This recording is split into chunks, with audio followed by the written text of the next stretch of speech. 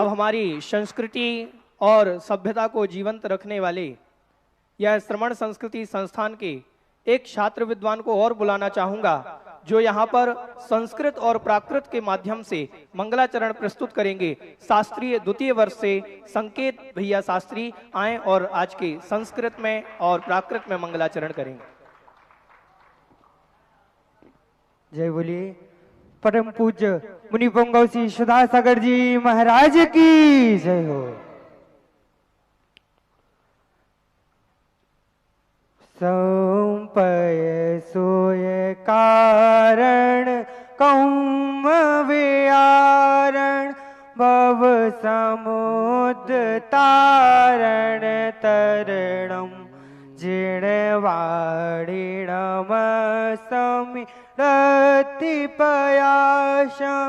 सज्ञ मोक्ष संगम करणम गुरुवापान्तुं नो नित्यं ज्ञान दर्शन नायका चारित्राणो गंभीरा मोक्ष मार्ग उपदेशिका कुंद कुंद भगवान सरी के परंपरा संवाक हो।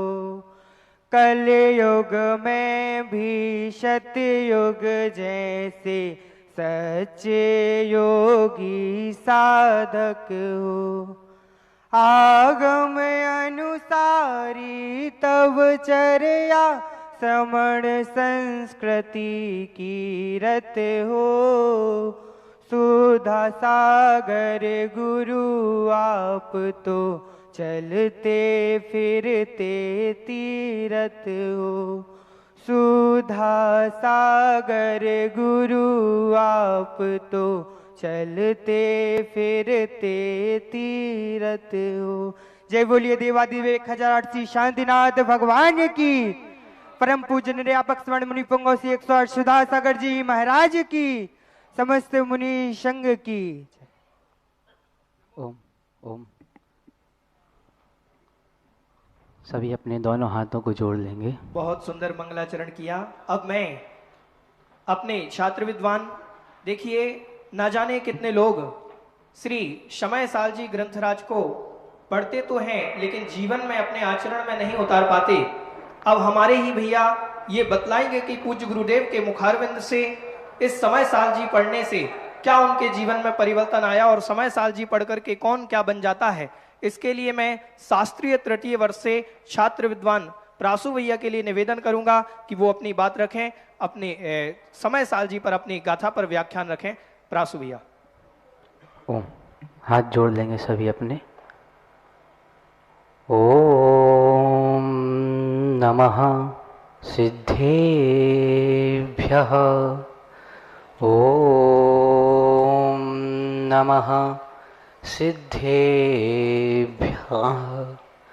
ओम नमः सिद्धेभ्यः।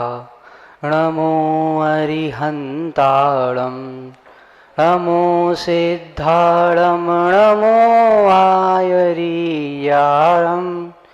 नमो वज्रायाणं नमो लोये सवसाहूणं वन्दितु सवसिद्धे ध्रुवममलमणोभवं गदिं पत्ते वोच्छामि समयपाहुड मृणमो सुद केवली भड़िदम।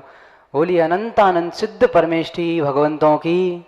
देवादिदेव श्री 1008 शांति विदाता सर्व शांति प्रदायक शांतिनाथ भगवान की। आचार्य कुंद कुंद स्वामी महाराज की।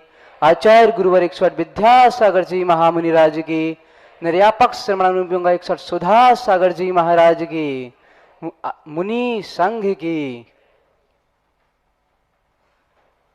जब गंगा नदी हिमालय के ऊपर से गिरती हुई धीरे धीरे नीचे बहती है, वह नदी बहते बहते अपने लक्ष्य की ओर आगे बढ़ती जाती है, आगे बढ़ती जाती है। वह अपने शीतल जल को लेकर के इस तरह आगे बढ़ती है, किसी के पता भी नहीं चलता। हिमालय से चल करके वह जाते जाते जाते जाते समुद्र में कैसे मिल जाती है, किसी को पता नहीं चलता। उस नदी कि जो तट हैं, उन तटों के माध्यम से वह बहती बहती उन तटों के किनारे किनारे से वह जाती हुई समुद्र में जाकर मिल जाती है। अगर उस नदी के दो तट ना हो तो वह नदी का जो जल है वह जाकर के कहीं रेगिस्तान में विलुप्त हो जाए, उस जल का कोई अस्तित्व ही ना रहे, उस तट के माध्यम से ही वह जाके समुद्र में मिल जाती है। जिस प्रकार तो रेल की पटरियां हैं, रेल की पटरियां अलग अलग हैं, दो पटरियां प्रतिकूल हैं, परंतु जो रेल है उन पटरियों के लिए अनुकूल है और वह रेल जाके अपने गंतव्य स्थान तक पहुंच जाती है। जो नदी के जो दो तट हैं, जो दो कूल हैं, वह प्रतिकूल हैं एक दूसरे के, परंतु जो नदी है उन तटों के लिए अनुकूल है। उसी प्रकार जो दो नए हैं, वह दो नए व्यवहार रत्नात्रय और निश्चय रत्नात्रय, ये दो नए, जिस प्रकार नदी के जो तट हैं, तटों के माध्यम से वह नदी समुद्र में जाकर मिल जाती है, उसी प्रकार इन दो नयों के माध्यम से यह आत्मा मोक्ष रूपी गंतव्य स्थान तक पहुंच जाती है। अगर आप लोगों को छत पर चढ़ना है तो सीढ़ियों का सहारा लेना पड़ेगा। अगर आप लोगों को छत पर चढ़ना है तो उन सीढ़ियों का सहारा लेना पड़ेगा। उन सीढ़ियों के सहारे से आप लोग छत पर चढ़ पाएंगे, डायरेक्ट छत पर नहीं पहुंचेंगे। उन सीढ़ियों का सहारा तो आवश्यक है ही। उसी प्रकार अगर आपको निश्चय रत्नात्रय की प्राप्ति करनी है तो ये व्यवहार रत्नात्रय को तो प्राप्त करना ही होगा। बिना व्यवहार रत्नात्रय के निश्चय की प्राप्ति नहीं होगी। व्यवहार रत्नात्रय को प्राप्त तो करना ही होगा, तभी आपको निश्चय रत्नात्रय की प्राप्ति होगी। और जो व्यवहार रत्नात्रय है वह सीढ़ियों का काम कर रहा है और उन सीढ़ियों के माध्यम से छत रूपी निश्चय रत्नात्रय की आपको प्राप्ति अवश्य होगी। यही बात आचार्य कुंद कुंद स्वामी महाराज ने अपने ग्रंथ समयसार महान ग्रंथ में लिखी है। मैं इस ग्रंथ को क्या मानता हूं, ग्रंथ मेरे लिए लिखा गया है, हमारे लिए लिखा गया है ग्रंथ। आचार्य कुंद कुंद स्वामी महाराज द्वारा कहे गए एक एक शब्द, एक एक अक्षर इतना प्रमाणिक, इस पर श्रद्धान कर लो। किस प्रकार आचार्य कुंद कुंद स्वामी महाराज ने ग्रंथ 2000 साल पहले लिख दिया। और ये हमारा परम सौभाग्य है कि ये ग्रंथ हमें पढ़ने के लिए मिल रहा है। इस ग्रंथ को हम पढ़ पा रहे हैं, इस महान ग्रंथ को। 2000 साल पहले तब स्याही का अभाव था, पेन का अभाव था, लेखनी का अभाव था। किस प्रकार लिखा, पूज्य गुरुदेव ने बताया था कि ताड़ पत्र के, जो ताड़ के पत्ते, ताड़ वृक्ष के पत्ते होते हैं, उन पत्तों वो सूख जाते, उन सूखे पत्तों को उठा करके आचार्य महाराज उन पत्तों पर कांटे के माध्यम से खरोंच खरोंच कर मंगलाचरण लिख रहे हैं। वंदितु सब सिद्धे, उनका कोई उसमें स्वार्थ नहीं था, उनका स्वार्थ बिल्कुल विद्यमान नहीं था उस ग्रंथ को लिखने में। किनके लिए लिखा है वो ग्रंथ? आचार्य कुंद कुंद स्वामी महाराज ने हमारे लिए उस ग्रंथ की, इस महान ग्रंथ की रचना कर दी, जिसको हम पूज्य मुनि श्री जो अपने अंतरंग में समय सार को धारण किए हैं, उनके माध्यम से पढ़ने का सौभाग्य हमें मिल रहा है। इस आगरा नगर में पूज्य गुरुदेव का जो समोसरण लगा हुआ है, उस समोसरण में हम लोग श्रोता बन करके ऐसे महान ग्रंथ जो पूज्य मुनि श्री जब हम लोगों को पढ़ाते हैं, ऐसा लगता है स्वयं तीर्थंकर की दिव्य ध्वनि कर रही हो, हम लोग श्रोता बन के सुन रहे हो। मैं यहां पर बैठे बैठे चिंतन कर रहा था कि मैं अपनी बात कौन सी गाथा पर रखूं।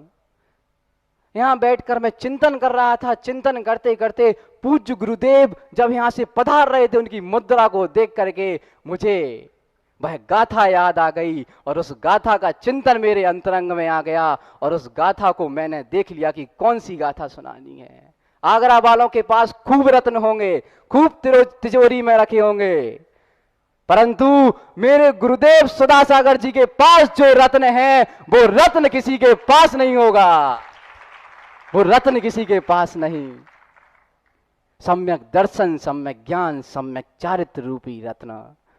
इन तीनों की चर्चा करते हुए आचार्य कुंद स्वामी महाराज लिख रहे हैं, जीवादि सद्धरणम सम्मतम तेसी मधिगमोणाणम रागादि परिहरणम चरणम ऐसो दू मोक्ष पहो। क्या लिख रहे हैं? जीवादि सद्धरणम, जीवादि मतलब 7 तत्व 9 पदार्थ। गुरुदेव ने जब पढ़ा रहे थे इस गाथा को, 6 द्रव्य भी लिए थे। इन पर श्रद्धान करने का नाम सम्यक दर्शन है और तेसी अधिगमोणाणम, इनका ही मतलब 6 द्रव्य 7 तत्व 9 पदार्थ के ज्ञान होने का नाम सम्यक ज्ञान। और सम्यक चारित्र क्या कह रहे हैं? रागादि परिहरणम, राग द्वेष आदि का परिहार सम्यक चारित्र है। रागादि परिहरणम चरणम ऐसो दू मोक्ष पहो, चरणम मतलब चारित्र है, रागादि का परिहार करना, ऐसो दू मोक्ष पहो, यही ही मोक्ष का पहो अर्थात पथ है, यही ही मोक्ष का मार्ग है। क्या बता दिया मोक्ष का मार्ग? मैंने 2 नयों के माध्यम से चर्चा की थी, एक तो व्यवहार रत्नात्रय और एक निश्चय रत्नात्रय, यही ही दोनों मोक्ष का मार्ग है। हमें अगर निश्चय रत्नात्रय को प्राप्त करना है तो पहले व्यवहार रत्नात्रय की प्राप्ति करनी ही होगी।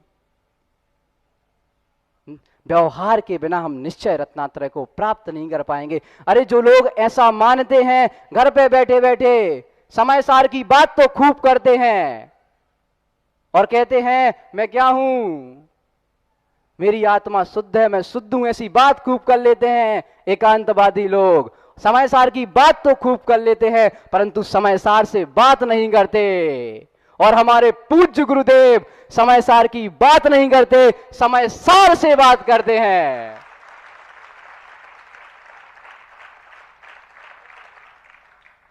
क्या मानते हैं कि मिथ्या दृष्टि जीव के व्यवहार सम्यक दर्शन होता है।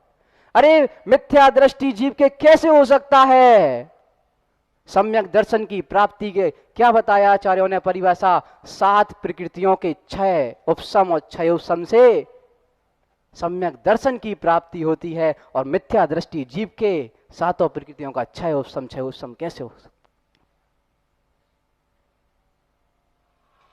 और इसी रत्नात्रय को आचार समंत्रबद्ध स्वामी महाराज ने धर्म बताते हुए एक कितना अच्छा श्लोक लिखा है। सददृष्टि ज्ञान वृत्तानि धर्मम धर्मेश्वरः विदु यदि प्रत्यनीकानि भवन्ति भव पद्धति। सददृष्टि ज्ञान वृत्तानि सम्यक दर्शन, सम्यक ज्ञान, सम्यक चारित्र, सददृष्टि ज्ञान वृत्तानि धर्मम धर्मेश्वरः विदु।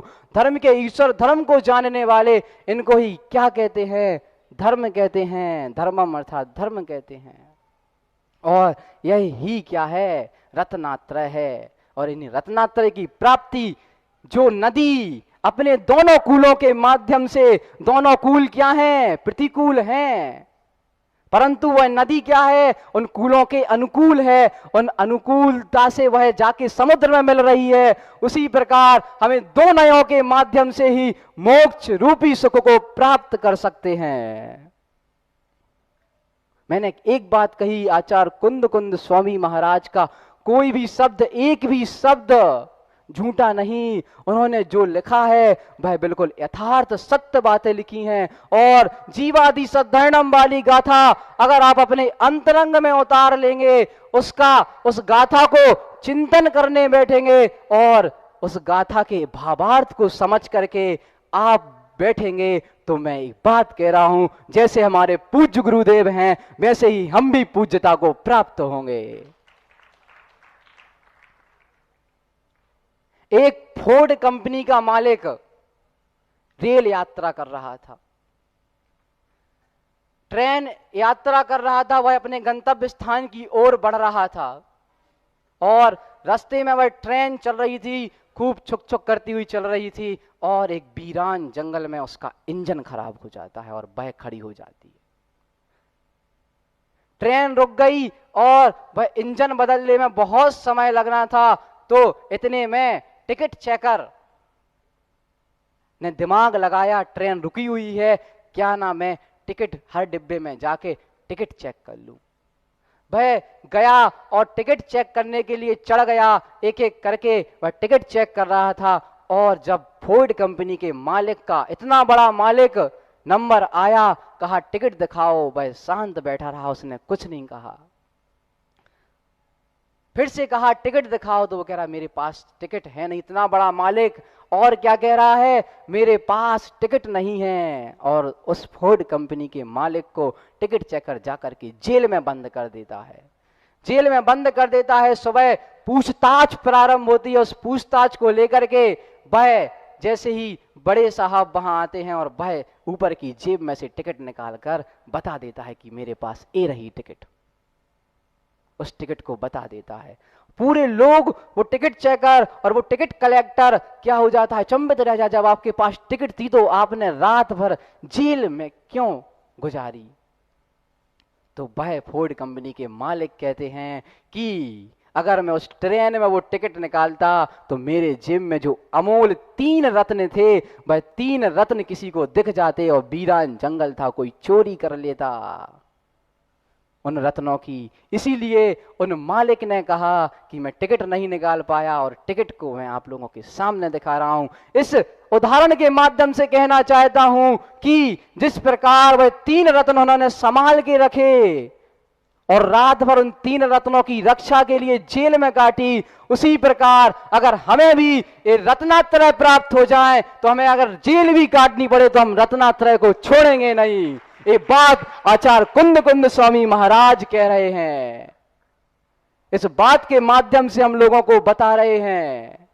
अगर इन रत्नात्रयों की चर्चा करें, गुणस्थानों की चर्चा करें, तो आचार्यों ने लिखा है कि व्यवहार रत्नात्रय में सम्यक दर्शन और सम्यक ज्ञान 4थे और 5वें गुणस्थान में होता है और सम्यक चारित्र 6वें और 7वें गुणस्थान में। और अगर निश्चय रत्नात्रय की बात करें तो आचार्य लिख रहे हैं कि निश्चय रत्नात्रय में सम्यक दर्शन, सम्यक ज्ञान और सम्यक चारित्र तीनों एक साथ होते हैं और व्यवहार रत्नात्रय में सम्यक दर्शन और सम्यक ज्ञान एक साथ होते हैं और चारित्र अलग होता है। अगर और सरलार्थ समझना है, जब कोई मुनि महाराज शुभोपयोग में लीन है, शुभोपयोगी है, तो उसका 6वां 7वां गुणस्थान और शुद्धोपयोग में हो गया तो 7वें से 12वां गुणस्थान, ऐसे लगा लेना चाहिए। और अंत में मैं आप लोगों से एक ही बात कहूंगा, अगर आप लोगों ने पूज्य गुरुदेव के मुखारविंद से समय सार जैसा महान ग्रंथ पढ़ा है और इस महान ग्रंथ के अर्थ को आप लोगों ने समझा है, तो मरण समय में इस समय सार को, मरण करने से पहले इस समय सार को अपने जीवन में धारण कर लो, तो आपका इस समय सार पढ़ना सार्थक हो जाएगा और हमारे पूज्य गुरुदेव का इस समय सार पढ़ाना अब सार्थक हो जाएगा। इसी मंगलमयी भावना के साथ बोले परम पूज्य मुनि पुंग 61 सुधा सागर जी महामुनि राज की जय। देखिए, समय सार की बात करना और समय सार से बात करना, हमारे गुरुदेव समय सार की बात नहीं करते, हमारे गुरुदेव समय सार से बात करते हैं। न जाने कितने एकांतमती लोग समय सार की बात तो करते हैं, लेकिन समय सार को जानते नहीं, समझते नहीं समय सार है क्या। मैं और जाकर के गुरुओं की निंदा करने लग जाते हैं कि ये क्या समयसारी होंगे। अपने आप को समयसारी बता करके मैं उनसे कहना चाहूंगा कि उल्लू नहीं समझ पाते हैं क्या कीमत है सूरज की। उल्लू नहीं समझ पाते हैं। समय साल जैसे ग्रंथराज को जिन्होंने अपने जीवन में उतार लिया, उन गुरुओं की आप निंदा कर रहे हैं कि उल्लू नहीं समझ पाते हैं क्या कीमत है सूरज की। सूरज को गाली देते हैं, बात बड़ी है अचरज की। सूरज तो सूरज होता है, बुरा किसी का क्या माने। सब पीड़ाएं सह करके बस मुस्काना वो जाने। कह देना सूरज तो सूरज होता है, बुरा किसी का क्या माने। सब पीड़ाएं सह करके बस मुस्काना वो जाने। बड़े बाबा को मान साक्षी, कुंद कुंद को मान साक्षी, इनने यही हिसाब कर दिया। और कह देना उन उल्लुओं से कि सूरज ने उनको माफ कर दिया। जो गुरु की निंदा करते हैं ये सूरज हैं। उल्लुओं की निंदा से सूरज पर कोई फर्क नहीं पड़ता। उल्लू कितनी भी निंदा कर लें, उल्लू उल्लू ही रहेगा। सूरज तो सूरज होता है बंधुओं। तो ऐसे समय साल जी ग्रंथराज को जिन्होंने अपने जीवन में उतार लिया है, ऐसे ग्रंथादिराज पढ़ने का, स्वाध्याय करने का हमें पूज्य गुरुदेव की सन्निधि में ये लाभ मिल रहा है। मैं विदुषी बहन नैन्सी जैन शास्त्री तृतीय वर्ष से जो अपने समय साल जी पर अपना व्याख्यान रखेंगी, निवेदन करूंगा उनसे कि आप अपनी बात समय साल जी पर रखें। विदुषी बहन। ओम नमः सिद्धेभ्यः, ओम नमः सिद्धेभ्यः, ओम नमः सिद्धेभ्यः। नमो अरिहन्ताणं, नमो सिद्धाणं, नमो आयर्याणं, नमो वज्रायाणं, नमो लोये सहसाहुणम् इन्दसद्वन्द्याणं तिहुअणहिद मधुरविशद्वक्काणम् अन्तातीतगुणाणं नमो जिनाणं जिद्भवाणं, नमो जिनाणं जिद्भवाणं। जय बोलिए देवादिदेवी खजराट श्री शांतिनाथ भगवान की। जय बोलिए आचार्य गुरुवर कुंद कुंद महाराज की। जय बोलिए आचार्य गुरुवर श्री विद्यासागर जी महामुनिराज की। जय बोलिए परम पिता परम पूज्य व्यापक श्रवण मुनि पुंगव श्री सुधासागर जी महामुनिराज की जय हो। एक नगर में दो सेठ, एक सेठ और एक सेठानी रहते हैं। दोनों का दाम्पत्य जीवन बहुत ही सुखमय बीत रहा होता है। जैसे कि जीवन चलता जाता है और जो सेठानी होती हैं वो गर्भ धारण करती हैं। कालांतर में उनकी प्रसूति होती है और उस बच्चे का इतना दुर्भाग्य होता है कि वो क्या, उसकी माता का उसके जन्म के उपरांत ही उसकी माता का देहावसान हो जाता है। फिर सेठ जी सोचते हैं बच्चा तो छोटा है, इसका लालन पालन कौन करेगा, माँ की तो जरूरत पड़ेगी ना।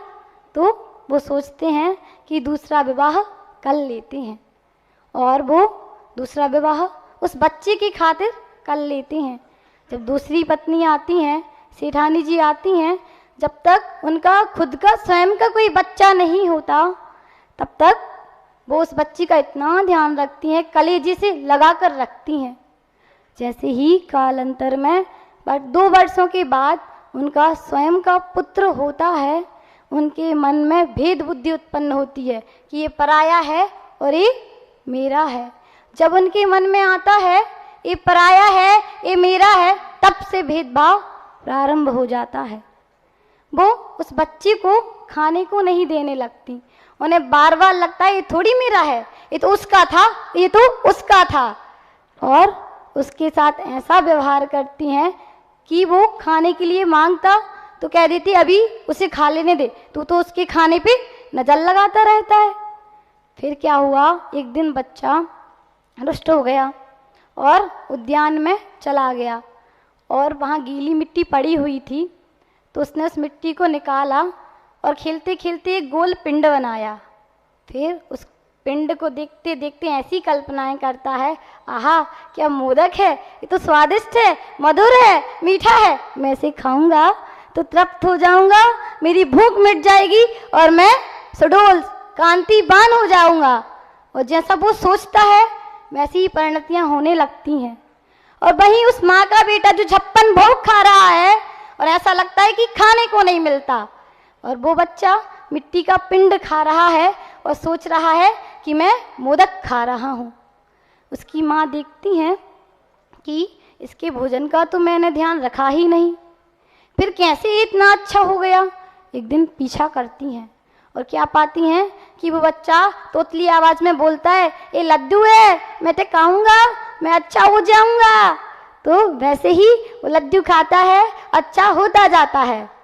तो कहा कुंद कुंद महाराज कह रहे हैं, शुद्धम तो याड़न तो शुद्ध में बप्पयम लहदी जीवो, जाड़न तो भी अशुद्धम अशुद्ध में बप्पयम लहदी।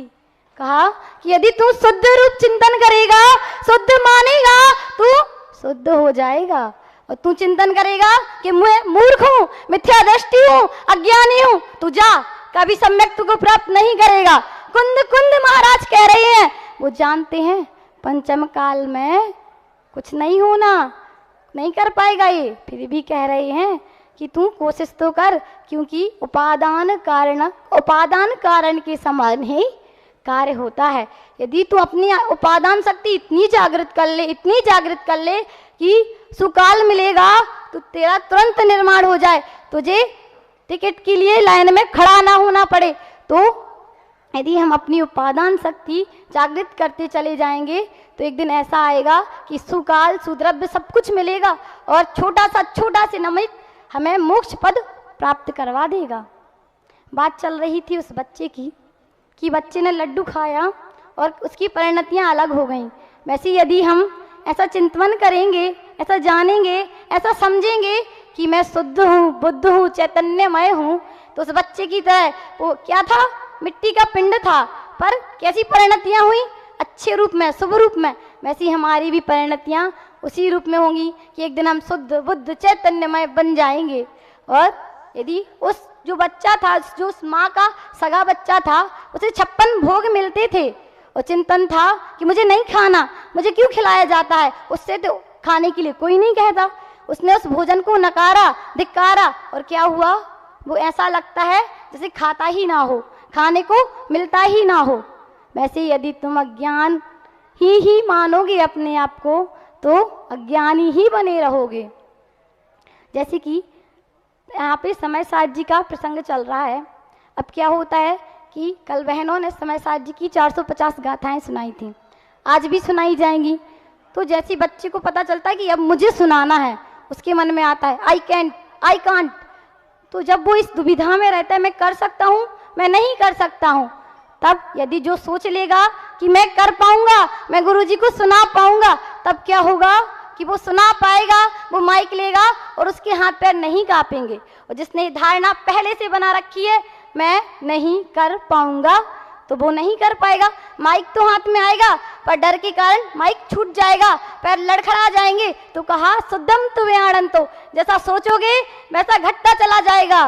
गुरुजी कहते हैं दैनिक जीवन में समय सार को लाओ, तो लाओ ना, जब गाथा सुनाते हो तब लाओ समय सार जी को कि मैं जैसा सोच के सुनाऊंगा वैसा हो जाएगा। जब प्रवचन देते हो तब लाओ समय सार जी को अपने जीवन में कि मैं प्रवचन निडरता से दूंगा तो निडरता से दे पाऊंगा।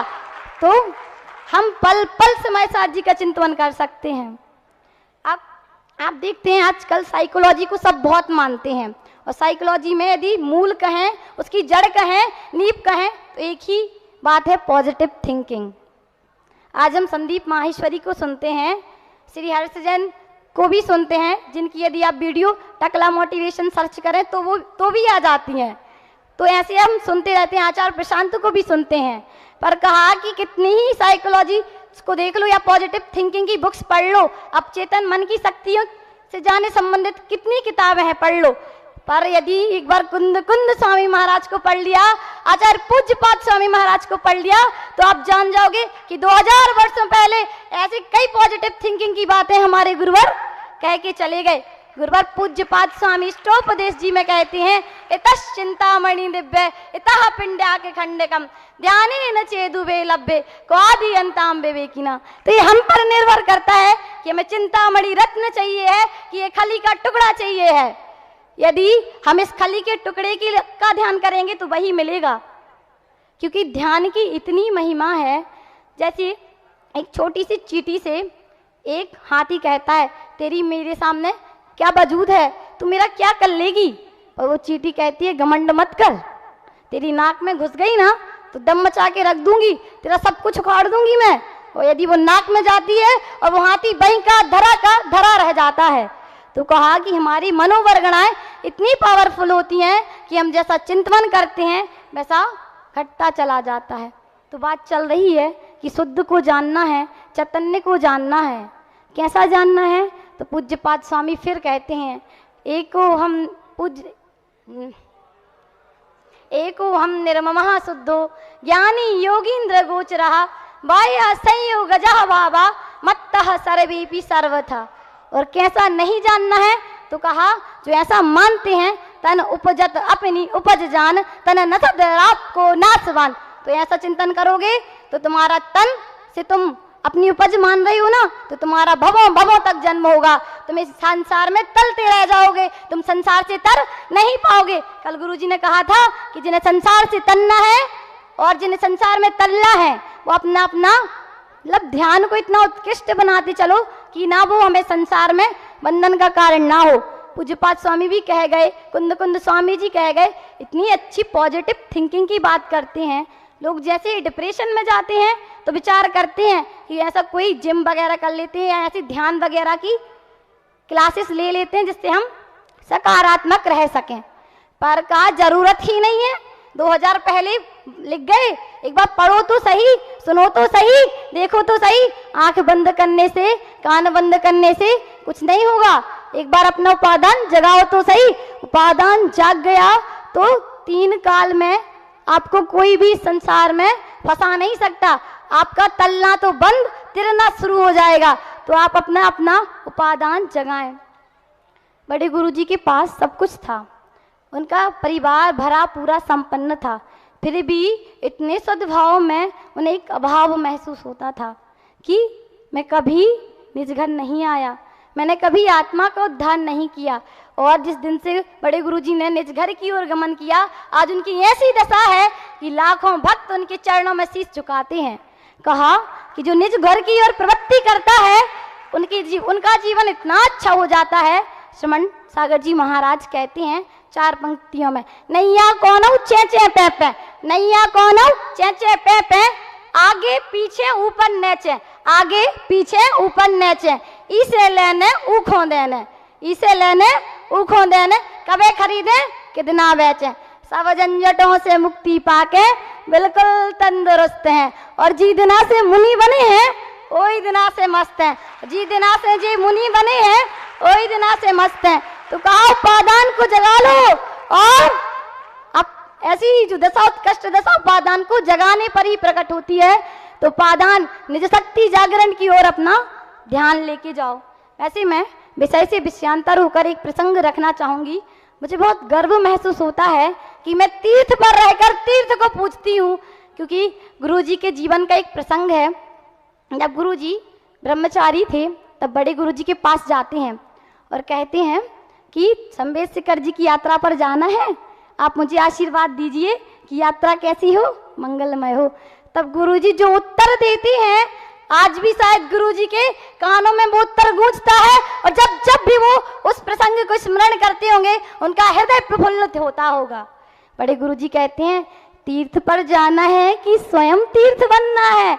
और उस दिन से देखो आज गुरुजी स्वयं तीर्थ हैं और गुरुजी ने ही कहा है कि सब तीर्थ एक तरफ और श्रमण संस्कृति संस्थान एक तरफ। मैं तीर्थ पर रहकर तीर्थ को पूजती हूँ। और कहा भी गया है, भाव सहित वंदे जो कोई, ताकि तो कहा कि जो भावों से बंधन करेगा इस दर पर आके, ना तो वो नरक जाएगा ना ट्रेंच बनेगा, वो तो स्वर्ग जाएगा और परंपरा से मोक्ष जाएगा। अब बात चल रही थी उस बालक की कि बालक ने उस मिट्टी पिंड में जैसी कल्पनाएं की, वैसा सब घटित होता गया। अब हमें कैसी कल्पनाएं करना है कि हमें ऐसा ही मानते रहना है कि मैं रंग राग में, ऐसा नहीं मानना, क्योंकि गुरु कुंद कुंद महाराज कहते हैं कि यदि अशुद्ध का ध्यान करोगे तो असिद्ध अवस्था को प्राप्त हो जाओगे। तो हमें अपना ध्यान जिस ओर ले जाना है, हमारा जो ध्येय है वो इतना श्रेष्ठ हो, इतना उत्कृष्ट हो कि वो संसार में फंसाने वाला ना रहे, संसार से तारने वाला हो जाए।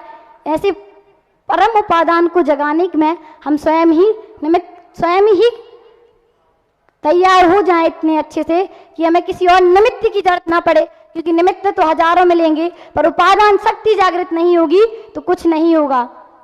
तो अंत में यही कहूंगी कि जो कुंद कुंद महाराज कह गए शुद्धम तु व्याणंतो, तो आज से हम सभी अपने जो शुद्ध रूप है, शुद्ध बुद्ध चैतन्यमय जो आत्मा है, जो कुंद कुंद महाराज की माँ उनसे खुद कहती थी शुद्धोसी बुद्धोसी निरंजनोसी, ऐसी जो हमारी आत्म स्वरूप है, ऐसा जो हमारा ध्येय है, उस ध्येय की ओर हमारा गमन हो, उस ध्येय को हम प्राप्त करें। ऐसी परम पूज्य गुरु जी के चरणों में ऐसी ही प्रार्थना है कि मैं निमित्त के पीछे ना भागूं, मैं अपनी उपादान शक्ति को इतना मजबूत बना लूं कि कोई भी चीज मुझे इस संसार में रोक ना पाए, मैं अब तलूं ना, मैं तिरूं। इसी मंगलमयी भावना से बोले कुंद कुंद महाराज की जय।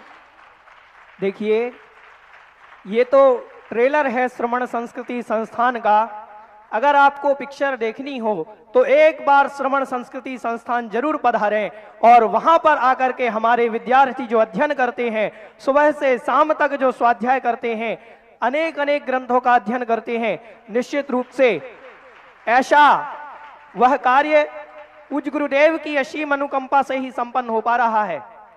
एक मैं आप लोगों का ध्यान आकृष्ट करना चाहूंगा कि अभी हमारे विद्यार्थी शास्त्रीय प्रथम वर्ष में जो विद्यार्थी हैं, पहली बार आए महाराज श्री के चरणों में, इन्होंने 11th में भी इन्हें शिविर पढ़ने का अवसर नहीं मिला। जब पहली बार यहाँ आकर के उन्होंने पूज्य गुरुदेव से समय सार जी सुना और अभी 3 दिन ही हुए कि समय सार जी पढ़ते पढ़ते समय सार जीवन में उतारने की भावना आई और हमारे शास्त्रीय प्रथम वर्ष के 3 भैया लोगों ने, एक भैया ने, आदर्श भैया ने 8 वर्ष का ब्रह्मचर्य व्रत स्वीकार किया और कुशाल भैया ने 7 वर्ष का ब्रह्मचर्य व्रत लिया और अतिशय भैया ने 3 वर्ष का ब्रह्मचर्य व्रत पूज्य गुरुदेव से लिया है। खड़े हो जाएं तीनों भाई और पूज्य गुरुदेव से आशीर्वाद लें कि हे गुरुवर, हम आज ब्रह्मचर्य को स्वीकार कर रहे हैं, एक दिन ब्रह्मलोक में भी, मतलब सिद्ध लोक में भी विराजमान हो जाएंगे। ब्रह्मचर्य की भावना आ जाए तीनों भाई और पूज्य मुनि श्री से आशीर्वाद ग्रहण करें। ऐसी भावना हम सबकी हो। आप बहुत अच्छे से ध्यान रख लें कि सांगानेर संस्थान में समय सार पढ़ाया नहीं जाता। पूज्य गुरुदेव समय सार पढ़ाते ही नहीं है, समय सार रूप बना देते हैं। तो ये समय सार रूप बनने हमारे विद्यार्थी जा रहे हैं। अब मैं आगे के संचालन के लिए निवेदन करूंगा मनोज भैया से कि आगे के कार्यक्रम का संचालन करें। इसके पूर्व एक सूचना और देना चाहूंगा। ये श्रवण संस्कृति संस्थान के जो छात्र विद्वान और विदुषी बहनें हैं जो यहाँ पर आकर के समय साल जी ग्रंथराज का अध्ययन कर रही हैं, अगर आप लोग भी चाहते हैं कि ऐसा अवसर हमें मिले, आप लोगों का तो समय निकल गया, अपने बच्चों को श्रवण संस्कृति संस्थान भेजें और पूज्य गुरुदेव के मुखारविंद से उन्हें समय सार पढ़ने का अवसर मिलेगा। इस प्रकार से मैं आगे के संचालन के लिए मनोज भैया से निवेदन करूंगा। बहुत बहुत धन्यवाद शास्त्री जी। नित प्रति आनंदित हो रहे हैं हम नए नए वक्ताओं को सुनकर और जिस प्रकार से अपने बात को यहाँ पर रख रहे हैं, आनंदित होती है, गर्वित होते हैं श्रवण संस्कृति संस्थान के ऊपर, गर्वित होते हैं अपने पूज्य गुरुदेव परम पूज्य मुनि श्री सुधा सागर जी के ऊपर। इतनी सुंदर रचनाएं जो जीवंत यहाँ हम देख रहे हैं। आइएगा, आज की सभा का शुभारंभ करना चाहेंगे दीप प्रज्वलन और चित्र अनावरण के साथ। मैं अनुरोध करूंगा आज के सभी शांति धारा जिन लोगों ने की है, कृपया आएं और दीप प्रज्वलन और चित्र अनावरण के साथ कार्यक्रम का शुभारंभ कराएं। और जिन्होंने जिनवाणी अभी दान न दी हो, उनसे अनुरोध करेंगे जिनवाणी लेकर ऊपर पहुंचे। नरेश जी से अनुरोध है, जो आज के मुख्य शांति धाराकर्ता परिवार हैं, उन्हें कृपया जिनवाणी प्रदान करें। और एक चर्चा कल के प्रसंग की इस मध्य में आपको बताना चाहूंगा। जब से आप लोगों को समय सार बोलते हुए सुना है, पूरे देश में उसकी चर्चा है। इतने सारे मैसेजेस हमारे मोबाइल पर आ रहे हैं आप सबको बधाई देने के लिए कि हम खुद आश्चर्यचकित हैं कि ये क्या कल हमने देखा। आज प्रातः काल में भी जब हम मंदिर जी में अभिषेक आदि कर रहे थे तो आज यही चर्चा पूरे मंदिर जी में थी जो आप लोगों ने कल हम सबको दृश्य दिखाया। आज हम अपने भाई लोगों का इंतजार कर रहे हैं। ये दृश्य हमारे भाई लोग पुनः आज संध्या काल में दिखाएंगे और पूरा देश भी इंतजार कर रहा है कि हम सब देखेंगे। और भी कई घोषणाएं भी हमारे पास आई हैं पुरस्कार की, वो संध्या काल में ही हम घोषित करेंगे। लेकिन अभी समय हो चुका है प्रवचनों का। हम पूज्य गुरुदेव से अनुरोध करेंगे अपने प्रवचनों से हम सभी को अनुग्रहित। जय श्री ओम नमः सिद्धेभ्यः, जय श्री ओम नमः सिद्धेभ्यः, जय श्री ओम नमः सिद्धेभ्यः। सर्वमंगल मांगल्यम सर्वकल्याणकारकम प्रधानम सर्वधर्माणां जैनम जयतु शासनम, जैनम जयतु शासनम। पंच परमेष्ठी भगवान के आचार्य श्री गुरुवर कुंद कुंद महाराज के, आचार्य श्री गुरुवर विद्यासागर महाराज की।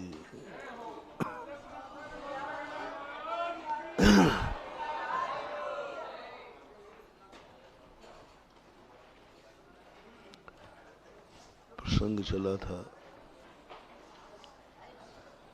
कि कभी न कभी व्यक्ति को अपने आप को अच्छे पने की अनुभूति होती है।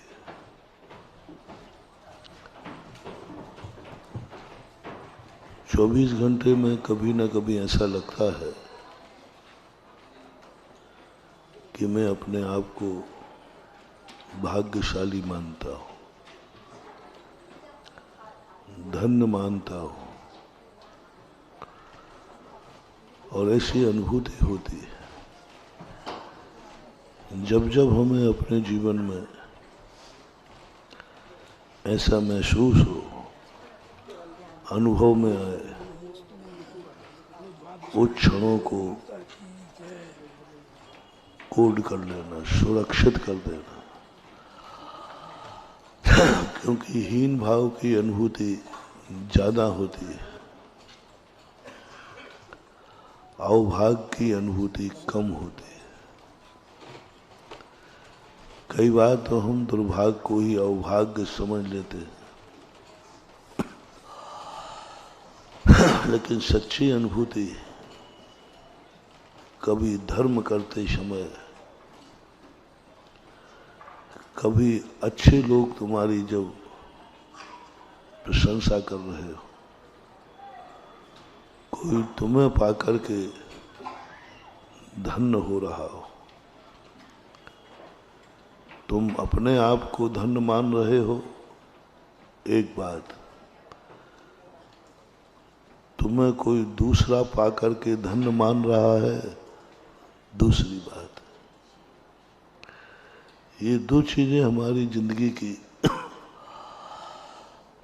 अनमोल निधि है कि हमें अपने आप को फीलिंग होना चाहिए कि मैं कितना पुण्यात्मा हूं। अपने आप को कोसना नहीं, समय सार पढ़ने के बाद कोसना बंद करो। अपने आप को सहवासी देना शुरू करो, अपने आप को सौभाग्यशाली मानना शुरू करो। कार्य करना अलग चीज है, कार्य तो मजदूर भी करता है।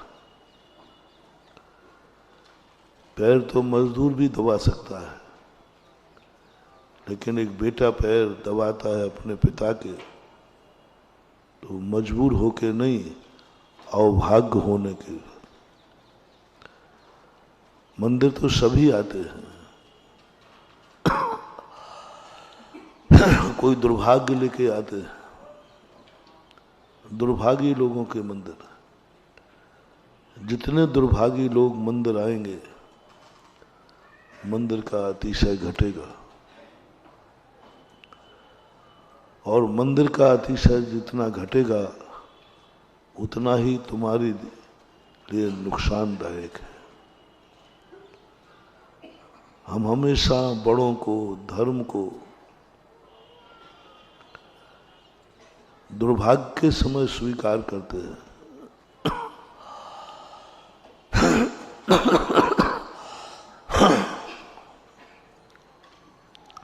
अपने आप में हमें फीलिंग होती है कि मैं दुर्भाग्यशाली हूं। भगवान को देखकर लगता है कि मैं पापी हूं। गुरु को देखकर लगता है कि मैं असंयमी हूं। धनवान को देख के लगता है कि मैं गरीब हूं। अच्छे आंखों वालों को देख के लगता है कि मैं अंधा हूं। ये जो हमारी फीलिंग है,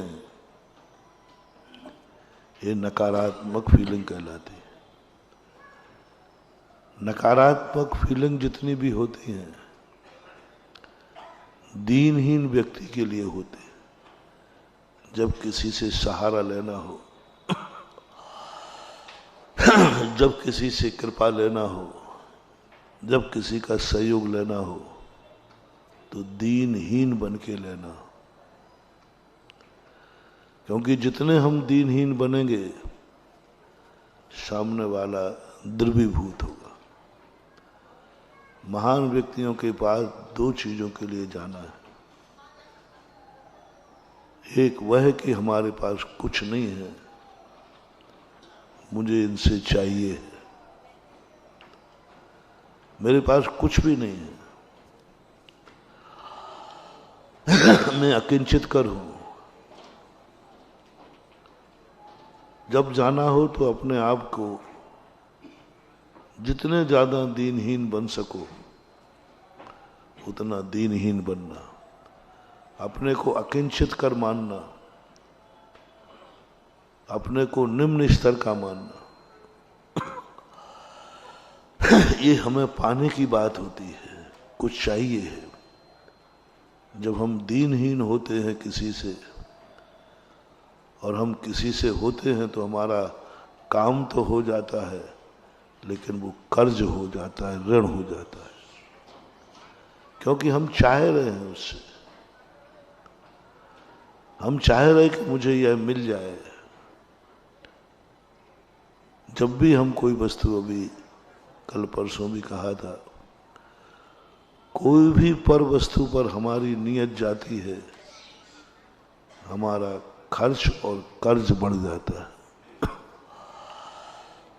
और हम कर्जों में इतने डूबते जा रहे हैं, इतने डूबते जा रहे हैं, क्योंकि पग पग पर हम दूसरे के बिना नहीं जी पा रहे। हमारे ऊपर कर्मों का कर्जा लगता जा रहा है कि क्योंकि हम बिना पुण्य के नहीं जी पा रहे हैं, हम बिना पुण्य के नहीं हंस पा रहे हैं, बिना पुण्य के हमारी जिंदगी एक क्षण भी नहीं चल पा रही है। तो कर्म से हमें एक ऐसा कर्ज मिलता जा रहा है कि उसका हम ब्याज भी नहीं चुका पाएंगे। अपन समझ रहे हैं कि हम पुण्य के उदय में हमारे अच्छे दिन निकल रहे हैं। नहीं, बैंक से लोन लेने वाला व्यक्ति कितने दिन सुखी रह सकता है? अंत में यदि वो नहीं चुका पाया तो कुड़की हो जाती है। अपन इतनी मेहनत कर रहे हैं, इतना सब कुछ कर रहे हैं, कुछ बचत नहीं दिख रही है। इतना पुण्य, सुबह शाम 24 घंटे पुण्य कर रहे हैं, लेकिन कुछ ऐसा महसूस नहीं हो रहा है कि हमें कुछ बचत हो रही है, हम कुछ अमीर बन रहे हैं। कुछ अमीरीपन की अनुभूति नहीं हो रही है। मंदिर जाते हैं तो लौट कर ऐसा लगता है कि खर्चा पानी निकल जाएगा। माला फेरते हैं तो ऐसा लगता है मजदूरी मिल जाएगी। गुरु मिल जाते हैं, आशीर्वाद मिल जाता है तो ऐसा लगता है हमारा काम हो जाएगा, हमारा काम हो जाएगा, क्योंकि महाराज का आशीर्वाद मिल गया। बस इससे ज्यादा हमारा कोई आगे अनुभूति नहीं हो पा रही। उस अनुभूति करने के लिए पूज्यवर कुंद कुंज स्वामी समय सार लिख रहे हैं। और इसकी झलक शमंत्रभद्र महाराज ने श्रावकाचार में दी थी। समय सार की झलक, समय सार का आनंद। उन्होंने एक ऐसी शक्ति दी थी कि उस शक्ति को ऐसी अनुभूति में लाना जो कोई नहीं कर सकता। कभी मल से भरा हुआ पिटारा कभी शुद्ध नहीं हो सकता, मल कभी शुद्ध नहीं हो सकता, वो अशुद्धि है। और मल जिस पिटारे में भरा हो वो कभी शुद्ध नहीं हो सकता। लेकिन शमंत्रभद्र महाराज ने वो खोज की कि एक ऐसी शक्ति है, ये गुण भगवान के पास नहीं है, ये गुण पराया नहीं है, ये गुण नमोकार मंत्र में नहीं है। हम 100 नमोकार मंत्र पढ़ें तो भी कभी हम मल के पिटारे को शुद्ध नहीं कर पाएंगे। भगवान हमारे लाख उपाय करें, भगवान हमारे मल के पिटारे को शुद्ध नहीं कर सकते। एक शक्ति अपने पास है, वह शक्ति हमारी खुद की है, जो ऐसा आश्चर्य, ऐसा चमत्कार विज्ञान के पास नहीं। विज्ञान पूछे क्या, पूछना विज्ञान से, क्या ये मल से भरी पिटारे को आप किसी ताकत से शुद्ध कर सकते हो? वो कहता है मल खाली कर दो तो शुद्ध हो जाएगा। नहीं, मल रखा रहेगा और उसे 16 का करना है, मल को 16 का करना है। मल को 16 का करने का अर्थ है कोयले को सफेद करना है। अब कोयला सफेद कैसे हो? राजा ने कहा, राजा कोयले की कोठरी में गया, उसको दाग लग गया कपड़ों में। उन्होंने मंत्रियों से कहा, जाओ इस काले कोयले को सफेद कर दो। सारे कुएं का पानी खाली कर दिया, 16.5 सावन जितने थे सब खाली हो गए, लेकिन कोयला तो काला था, काले हो गए। लेकिन कोयले को सफेद करना है, काला नहीं। बहुत बड़ी बात। और यही प्रकृति ने कहा, डायमंड सबसे ज्यादा वाइट होता है, लेकिन निकलता कहाँ है? कोयले की खान में निकलता है। यह है चमत्कार। खान कोयले की है और निकल रहा है डायमंड। सबसे मीठा पानी कौन सा होता है? नारियल का पानी। और नारियल का पेड़ होता कहाँ है? समुद्र के किनारे। खारा पानी पीता है वो पेड़, समुद्र के किनारे होता है और वो पानी मीठा होता है। ये है चमत्कार। सारे दुनिया के पेड़ों को चमत्कार नहीं कहा, लोगों ने कहा इसको श्रीफल क्यों कहते हैं इसको श्रीफल क्यों कहते हैं? फल तो सभी हैं, सभी फल मीठा खाते हैं, मीठा बनते हैं। मीठा पानी पीते हैं तो मीठे हो जाते हैं, खारा पानी हो तो सब फल सूख जाते हैं। संसार में एक फल ऐसा है जो खारा पानी पीता है और मीठा पानी बना देता है, इसलिए उसको श्रीफल बोलते हैं। मीठा खाकर मीठा हुए तो क्या माना है? खारा पानी पिएगा, समुद्र के किनारे जितने नारियल होते हैं सबसे अच्छे नारियल, मीठे नारियल समुद्र के किनारे होते हैं इसलिए उसको श्रीफल कहते हैं। इससे हमें एक शिक्षा लेना है कि हमें वो चीज चाहिए जो सबसे ज्यादा निकृष्ट हो, सबसे ज्यादा कष्टदायी हो। उन कष्टों में हम हंस के दिखाएं तो हमारा नाम भी श्रीचंद हो जाए, श्रीफल। हम चाहते हैं कि अच्छे सुख के दिनों में हम हंस जाएं, नहीं, हमें वो कला सीखना है जो कला दुनिया का आज भी वैज्ञानिक नहीं कर पाएगा। कोयले में डायमंड कैसे बना होगा ये समझ में नहीं आया। कोयले में वो डायमंड सफेद कैसे रह गया? कायम तो कोयले की थी, लेकिन एक छोटा सा टुकड़ा वहां भी अपनी शक्लता बनाए हुए है।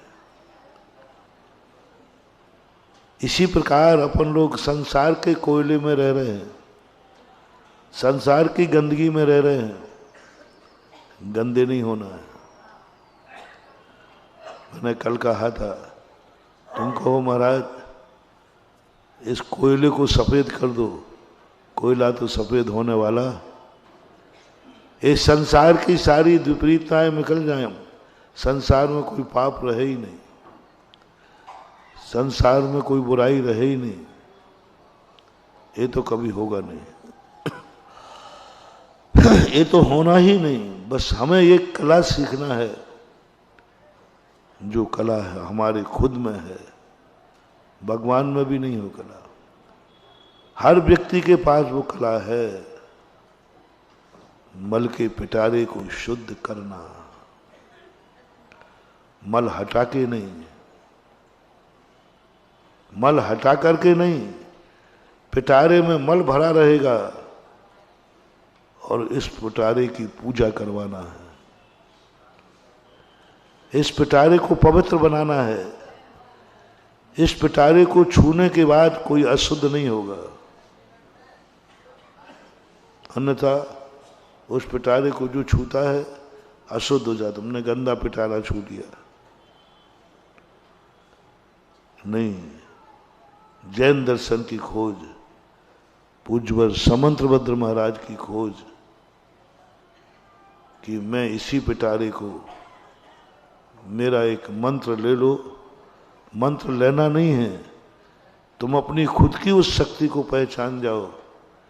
ये मल का पिटारा भी इतना पावन हो जाएगा, इतना पावन हो जाएगा, बड़े बड़े शुद्ध शूलाधारी भी इसको छूने के लिए तरस जाएंगे।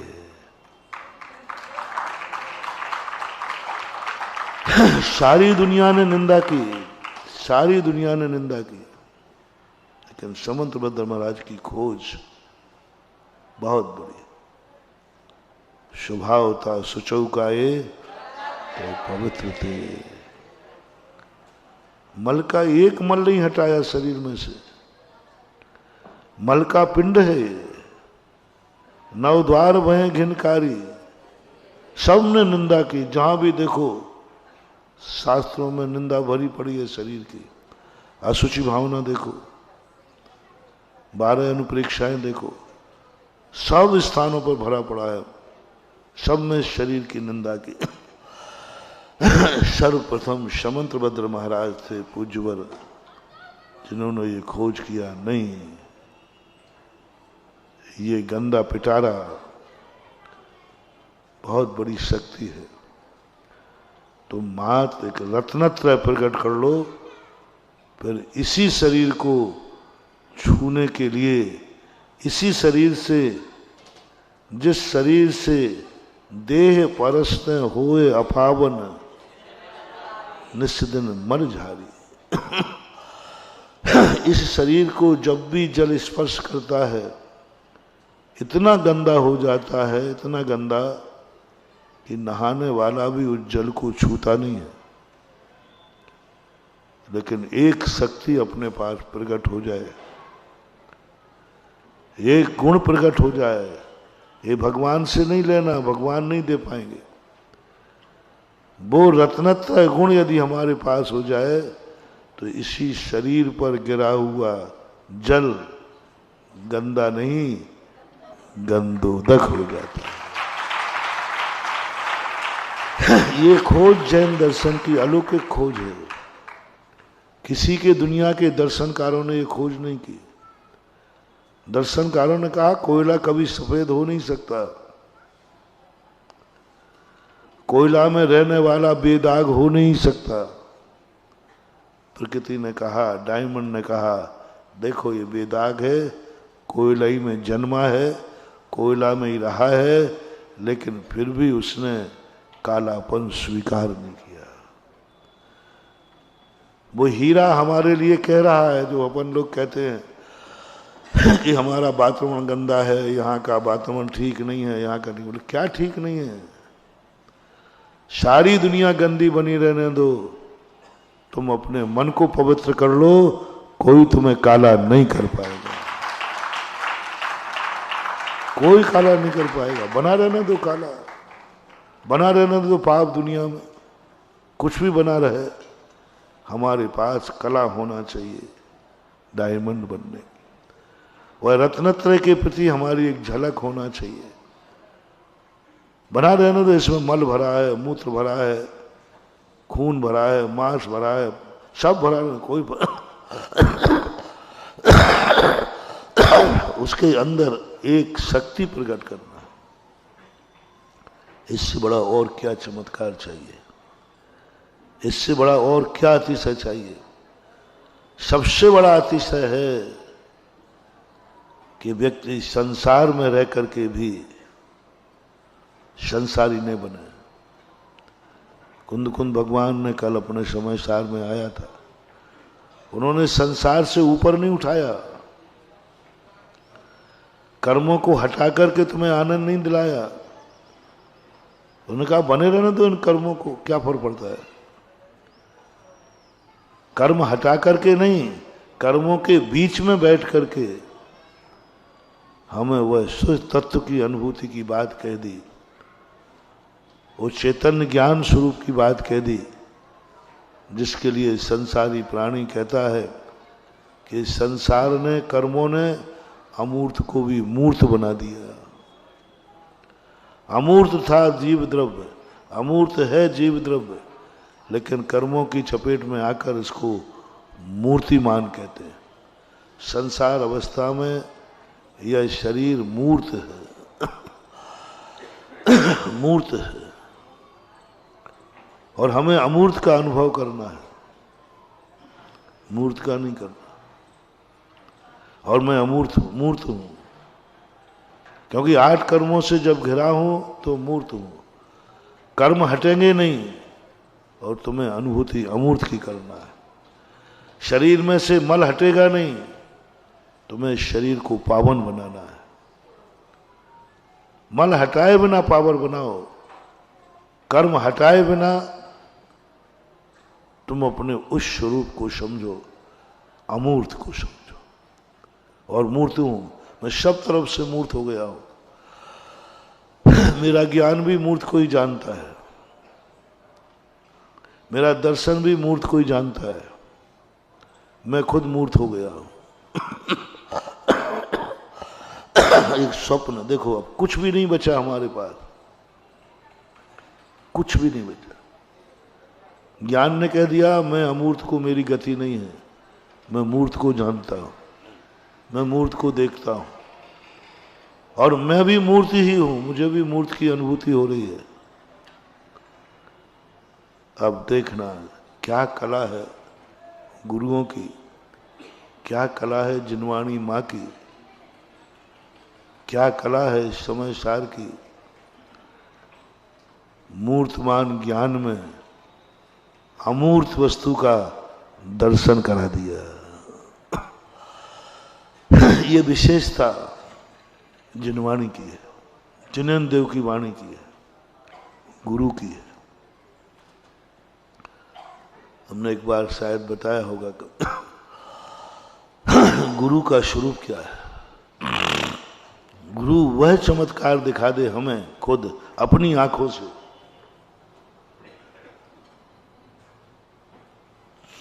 जो मैं हूं ही नहीं, मैं हूं नहीं, मैं जान नहीं सकता, मेरे ज्ञान में कभी आया नहीं, और मैं लाख उपाय करूं तो आएगा भी नहीं।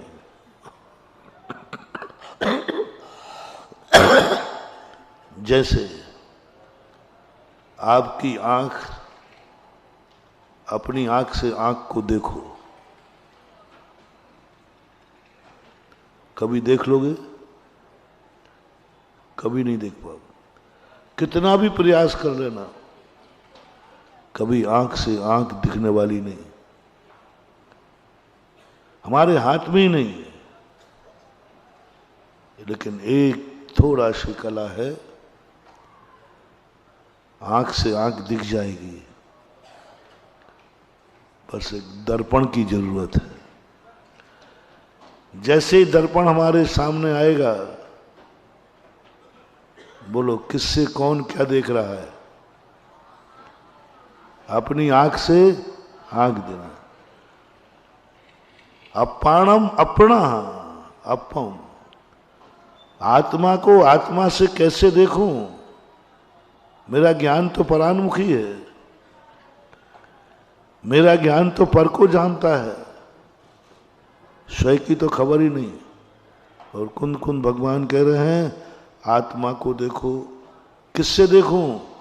आत्मा से देखो। कहां से देखूं? रूपी को जान रहा है और कह रहा है रस को हम जानते हैं, हम पांचों इंद्रियों के आज से तितने हो गए। और कुंद कुंद स्वामी कहते उसे चखो जिसमें कोई रस ना हो। हमें तो रस हो तो आनंद है, नीरस में क्या आनंद है? रस हो तो आनंद है, और कुंद कुंद कह रहे आरस का आनंद रस से भी ज्यादा कई गुना। बिल्कुल विपरीत लग रहा है। मैंने कहा था ना कि हमारा अनुभव जिनवाणी से मैच नहीं कर रहा है, इसलिए अपन को समझ में नहीं आती ये बात। मैचिंग बिल्कुल उल्टी हो रही है, मैचिंग बिल्कुल उल्टी। रस में आनंद आता है और कुंद कुंद महाराज कह रहे नीरस में आनंद है। जिसमें रस नहीं है उसका आनंद इतना है कि संसार के सारे रसमान पदार्थों का आनंद और एक रस विहीन का आनंद उससे भी अनंत गुना ज्यादा है। कहां से समझोगे आप? अरस अरूपम, हम तो रूप में आनंद जानते हैं। आंख देखती है बहुत सुंदर रूप है, वो कहते हैं तो कुछ भी नहीं है। अरूपी में जो आनंद है वो रूपी में हो ही नहीं सकता। अगंध में आनंद, अपन गंध में आनंद मानते, अपन मानते हैं कि सुगंध है बहुत अच्छा है। वो कहते हैं सबसे ज्यादा आनंद उसमें है जिसमें कोई गंध। अरस मरूपम गंधम अव्वत्तम चेदना गुण मसद्दम जान अलिगं गहनम जीव मनोदिष्ट संतानम। उसे जानो जिसका कोई आकार नहीं है, उसे जानो जिसकी कोई पहचान नहीं है। कोई पहचान नहीं है। आत्मा की कोई पहचान नहीं है, जीव की पहचान है। कुंद कुंद स्वामी ने जीव को जानने की बात नहीं कही। वो जानते थे कि हम जीव को कहेंगे जीव को जानो, ये तुरंत जान लेंगे। जीव ये तो है ना, 10 प्राणों से जी रहा था, जिया है, जिएगा। जीव की यही परिभाषा बनाई है। और ज्यादा जीव का लक्षण बनाया तो उपयोग बनाया, ज्ञान दर्शन उपयोग। ज्ञान दर्शन उसकी पहचान है, वो नहीं। जीव को नहीं पहचानना है, जीव को प्राप्त नहीं करना है, जीव में आनंद नहीं है। इसलिए 6 द्रव्य, 7 तत्व, 9 पदार्थ, ये सब व्यवहार के विषय है। उस आत्मा को पहचानो जो ना द्रव्य है, ना तत्व है, ना पदार्थ है।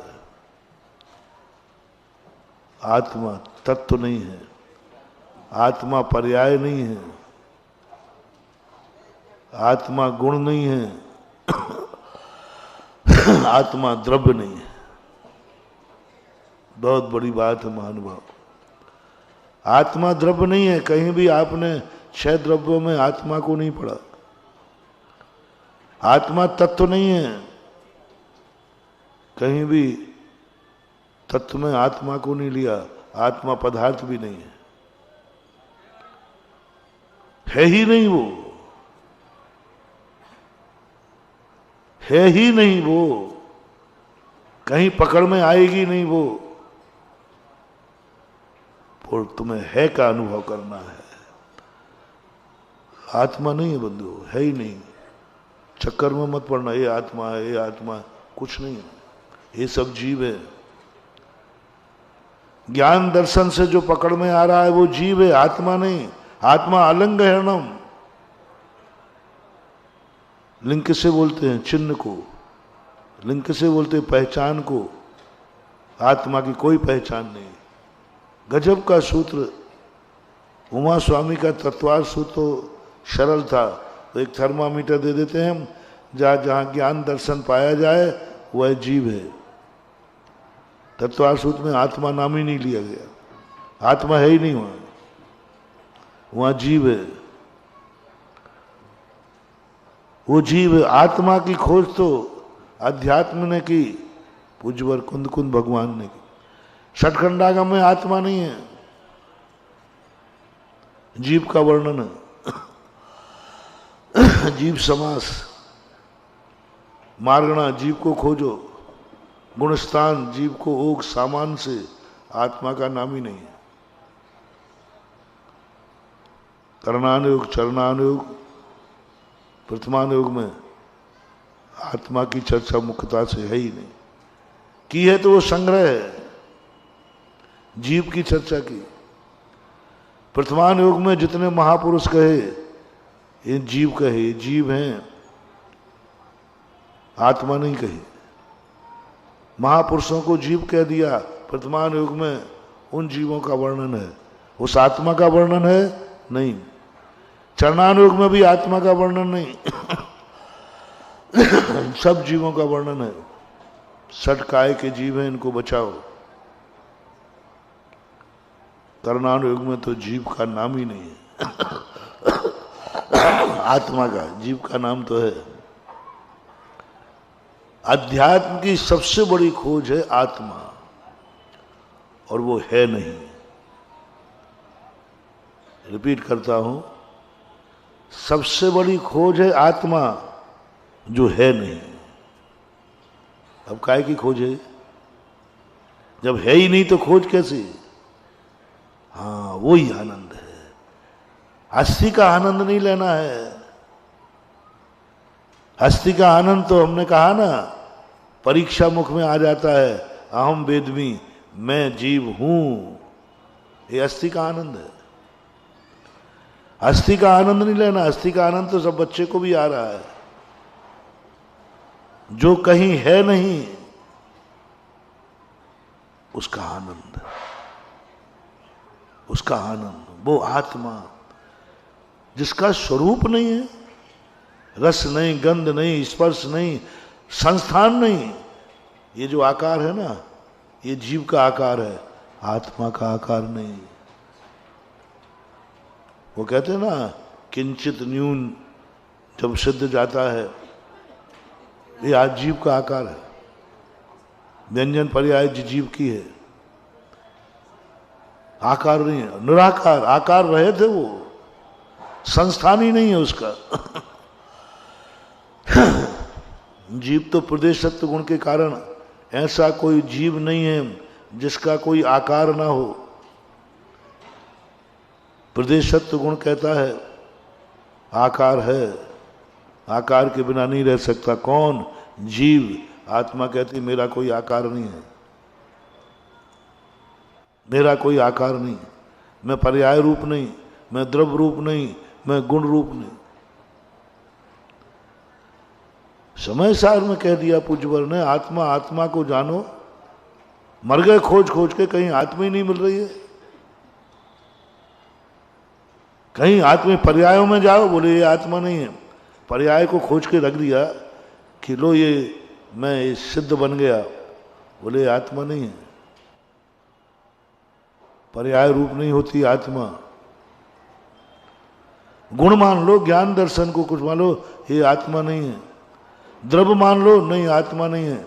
तो आत्मा की पहचान बताओ, बोले कोई पहचान नहीं है। तो आत्मा की कोई पहचान तो बताओ कि आत्मा है क्या चीज। जान अलिगं गहनम जीव मणोदिठ संतानम। हिल गई आत्मा, हिल गया सब व्यक्ति। कैसे असंभव, ये कैसे संभव होगा? कोयला की खान में बैठकर कहता दाग नहीं लगना चाहिए, कैसे बैठे? काजल की कोठरी में कैसे हूं सयानो जाए लीक लागे पर लागे। लेकिन कुंद कुंद की परीक्षा है, लीक नहीं लगना चाहिए। काला धब्बा तो काली कोठरी में मत भेजो, भेजूंगा तो काली में भेजूंगा, तो तुझे इस मल के पिटारे में ही बस तू मल को शुद्ध कर दे, मल के पिटारे को पवित्र कर दे। मल रहित पिटारे को तो दुनिया शुद्ध करती है, तो मल सहित पिटारे को शुद्ध कर दे। पहचान के लक्षण लेकर के तो दुनिया पहचान लेता है। जिसकी कोई पहचान नहीं है उसको तुम पहचानो, खोज के लाओ। जब मैंने शुरू में जब समय सार को पढ़ा सन 1982 में, हालांकि पूरा नहीं पढ़ पाए अस्वस्थ के कारण, लेकिन फिर भी आत्मा मिली नहीं।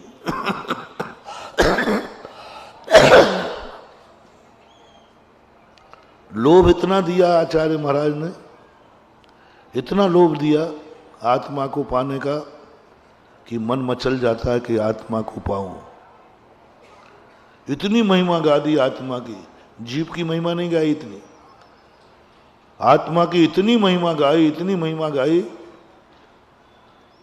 इतना विस्तार बताया, तो मन ललच जाता है कि मैं भी आत्मा का ध्यान करूंगा, मैं भी आत्मा को प्राप्त करूंगा।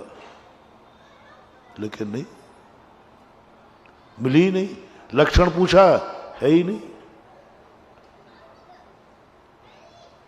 आत्मा को जीव की परिभाषा, जीव को खोदो, नहीं हमें जीव नहीं चाहिए। मुझे आत्मा चाहिए। आनंद आत्मा में है, जीव में नहीं। द्रव्य भोक्ता नहीं हो सकता, द्रव्य में आनंद नहीं आ सकता। द्रव्य गुण पर्याय तो ये अंग है। आत्मा खोजो। समय सार की अलौकिक खोज। समंत भद्र जैसा वैज्ञानिक कौन है? कुंद कुंद भगवान जैसा सबसे बड़ा वैज्ञानिक है। और अभी हाल तुम्हारे लिए बता देता हूं, मुझे भी बहुत वर्षों के बाद समझ में आई, तुरंत समझ में नहीं आएगी। तुम भी जल्दी समझने का प्रयास मत करना। एक पागल दीवार में कान लगाए सुन रहा था 3-4 दिन से अंदर क्या हो रहा है। दूसरा पागल आगे कह रहा है क्या सुन रहा है, तो पहला पागल कहता मूर्ख, मैं 3 दिन से नहीं सुन पा रहा हूं क्या सुन रहा, तुझे 2 मिनट में बता दूं, तुम्हें 2 मिनट में समझ में आ जाएगा। मैं 40 साल में खोज पाया, तुम 10 दिन में खोज लोगे, पर लग जाओ पीछे। बहुत बड़ी महासत्ता ये समझ में आई। उदाहरण देता हूं मैं आत्मा को खोजने के लिए। आत्मा का लक्षण नहीं बताऊंगा, आत्मा खोजना है, उसमें रस गंध स्पर्श कुछ भी नहीं है, चिन्ह भी नहीं, ज्ञान दर्शन भी नहीं। आत्मा में ज्ञान दर्शन नहीं होता। आत्मा का लक्षण ज्ञान दर्शन नहीं है, आत्मा ज्ञान दर्शन मय है। मय होने का अर्थ है एक में एक, लक्षण नहीं। आत्मा ज्ञान दर्शन मय है, ज्ञान दर्शन वाली नहीं है, ज्ञान दर्शन वाली नहीं है। देखो एक उदाहरण देता हूं, इस देश का नाम क्या है, कहां है भारत, बोलो भारत कहां है, ये तो आगरा है। भारत बताओ कहां है, भारत का लक्षण बताओ कहां है, क्या लक्षण है भारत का, ये तो आगरा का लक्षण है। सारे चिन्ह आगरा के हैं, तहसीली में आगरा लिखा, भारत कहीं लिखा ही नहीं। किसवा नाम भारत लिखा बताओ दुनिया में, भारत है कि नहीं, कहां है, कहां है बोलो, कहीं नहीं है फिर भी है, कहीं नहीं है फिर भी अनुभूति में आ रहा है, और अनुभव में आ रहा है तो वो कहीं ना कहीं है। भगवान तुम्हें मैं खत लिखता, लेकिन पता मुझे रूम नहीं। मैं जरूर भारत में जाता, मैं जरूर भारत में रहता, लेकिन भारत कहाँ है। हर चीज में लगाना ना त्रियक सामान, महासत्ता, इसी को ही बोलते हैं। कुंद कुंद भगवान उस महासत्ता की तरफ अपन को ले जा रहे हैं जो द्रव्य गुण पर्यायों से बहुत ऊपर है। ना द्रव्य है, ना गुण है, ना पर्याय है। द्रव्य में भी है, गुण में भी है और पर्याय में ही है, लेकिन कहाँ है पहचानना नहीं। भारत की कोई पहचान नहीं होती, कोई पहचान नहीं। पूरा देश घूम के आ जाए, भारत नाम का कोई गांव नहीं मिलेगा, लेकिन भारत है, अनादिकाल से है, आज भी है। किसी भी चीज में लगा लेना आप, किसी चीज में लगा लेना। घड़ी कहां है, ये तो खांचा है, कांटे वो कांटे हैं, नंबर प्लेट है, घड़ी कहां है, लेकिन घड़ी है कि नहीं, कहां है। चलो तुम्हारे शरीर में लगा दो, शरीर कहां है, ये तो हृदय है, ये तो छाती है, ये तो भुजा है, ये तो कौचा है, ये तो उंगली है, ये पैर है, ये गोड़े हैं, ये पेट है, ये पीठ है। शरीर कहां है कि नहीं, कहां है। लक्षण बता दो, शरीर का ये लक्षण है। खोजो शरीर को, जहां देखो वहीं लिखा था ये अंगोपांग है, नाखून, जितने भी सब अंगोपांग। कोई शरीर का लक्षण बनते ही नहीं, जितने लक्षण बनते हैं सब अंगोपांग के बनते हैं। सब चीज में लगाओ, किसी भी चीज में लगाओ, समय सार वो अदृश्य शक्ति है। तुम जहां देखोगे वही अनुभव में आएगा, लेकिन देखने में नहीं आएगा। ज्ञान के द्वारा आत्मा को जानने की बात नहीं कही, आत्मा के द्वारा आत्मा को जानो। गजब की बात है। सारी दुनिया में कहा गया ज्ञान के द्वारा जानो, यही द्रव्य संग्रहकार कर रहे हैं। अप्पा अप्पम में रहो, हिणमेव परम हवई जानो। अरे ये कहो ना ज्ञान से आत्मा को जानो, नहीं, ज्ञान जीव को जान सकता है, आत्मा को नहीं।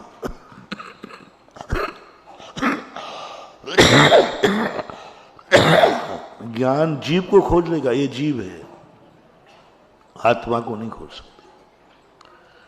क्योंकि लक्षण विहीन वस्तु खोजी नहीं जाती, अनुभव में लाई जाती है, अनुभूति में लाई जाती है। अनुभव में आ रहा है भारत है, अनुभव में आ रहा है आत्मा है, लेकिन पकड़ में नहीं आ रहा है। इसलिए आज तक कोई आत्मा अनुभव करने वाले आत्मा को स्वाद नहीं बता पाए, आज तक आत्मा का स्वाद नहीं बता पाए।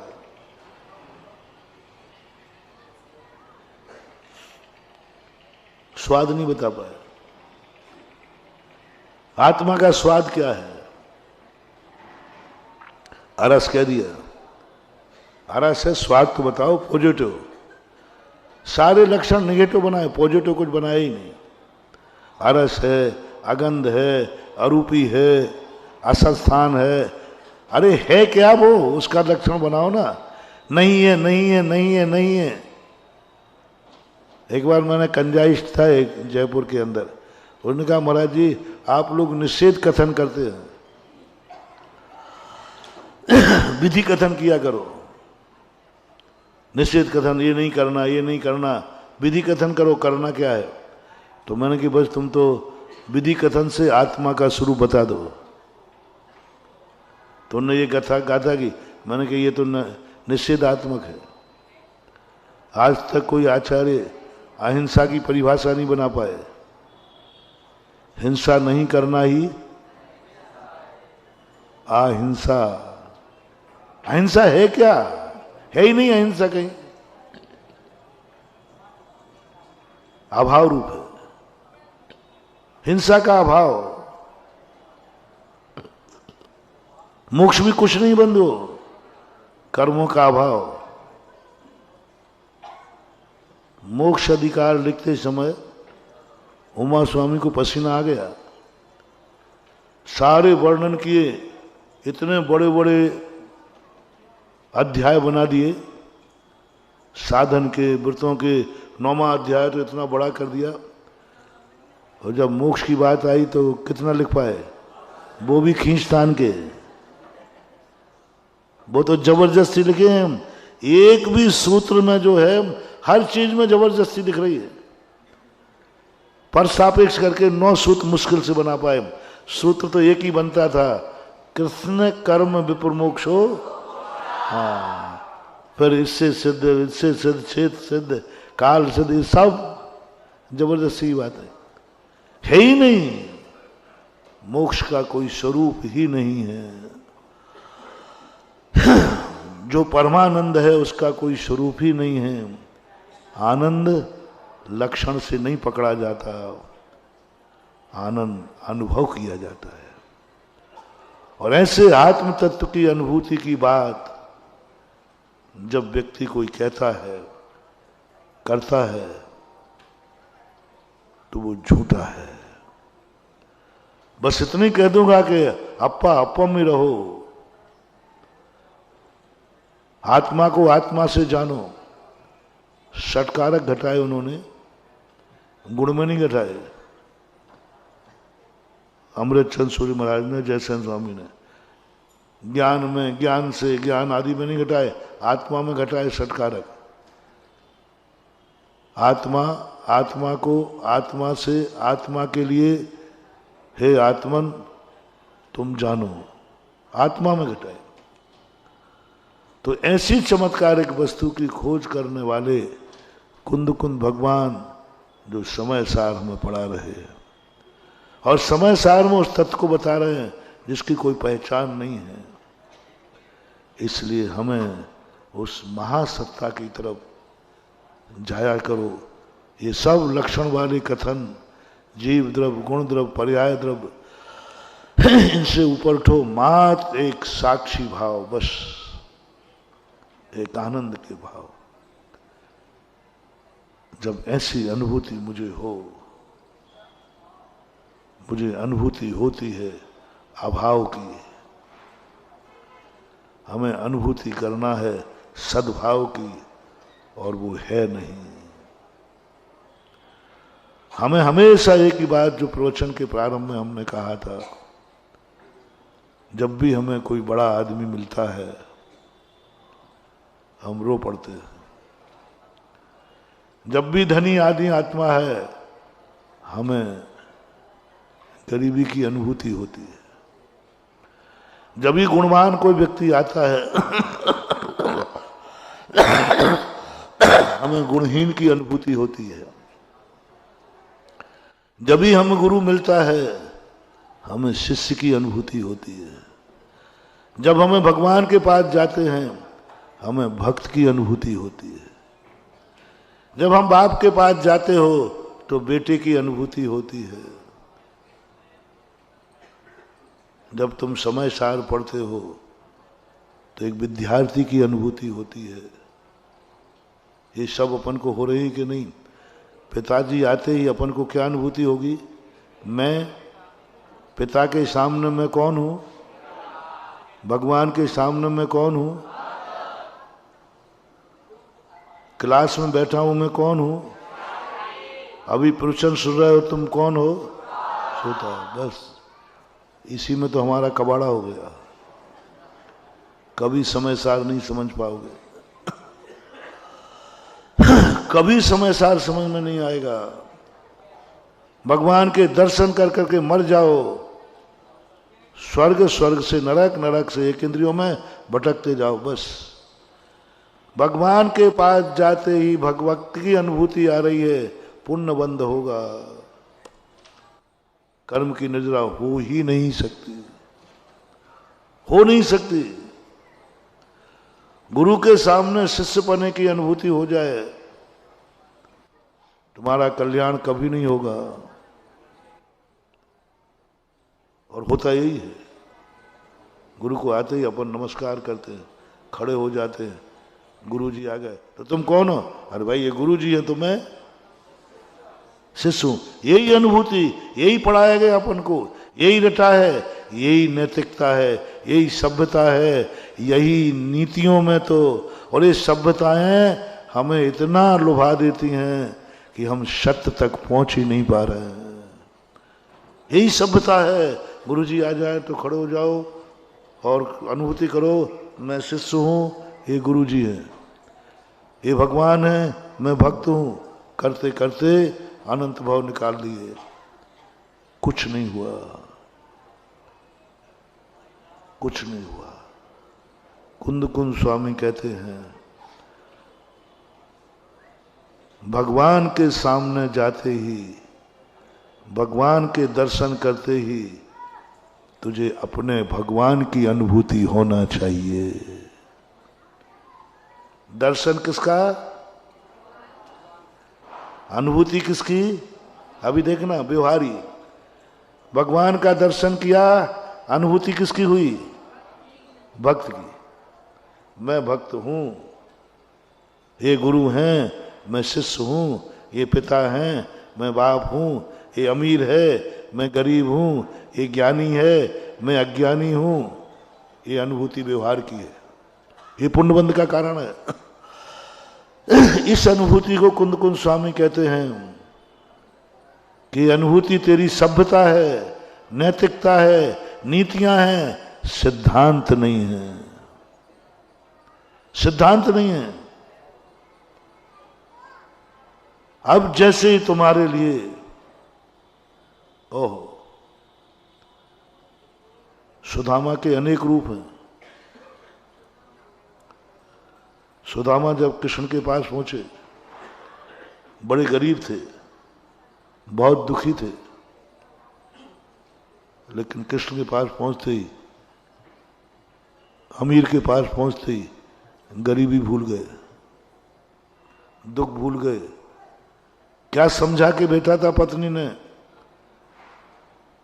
थोड़ा ज्यादा नहीं करना, थोड़ा नाटक करना, जिससे कृष्ण को थोड़ी दया आ जाए, वे पिघल जाएं। सहायता लेने गया है, सहायता लेने जा रहे हो। भिखारी भी भीख मांगने की कला सीखते हैं, तभी भीख मिलती है। यदि अकड़ के कहा है साहब मुझे भीख दे दो, उसको भी ट्रेनिंग करना पड़ती, कोचिंग, कि कैसे भीख मांगू जिससे सामने वाला दे देवे, सामने वाला दे। ऐसा ही भक्त ये कलाएं सीखते अपन, कैसे क्या करूं महाराज जी पिघल जाएं, हैं कैसे क्या करूं भगवान मेरे पर दया कर दे। तो ये सब अपन भी नाटक कर लिया है, कोचिंग। वो मरीज होता ना, मरीज शांत पड़ा रहता है, और जैसे ही डॉक्टर के आने का समय हुआ,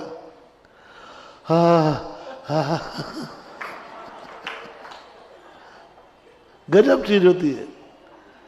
डॉक्टर के सामने उसका चेहरा देखना, डॉक्टर नहीं आया तब चेहरा देखना कभी उसका, और डॉक्टर के आने पर और डॉक्टर सामने खड़ा है उसके चेहरा देखना। बिल्कुल 12 बज रहे होंगे, डॉक्टर साहब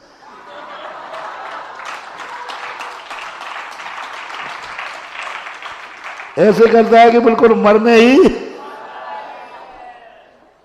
उस मरीज की बात नहीं कर रहे भैया, वो मरीज अपन तपन सब हैं। अपन को भगवान दिखे नहीं, और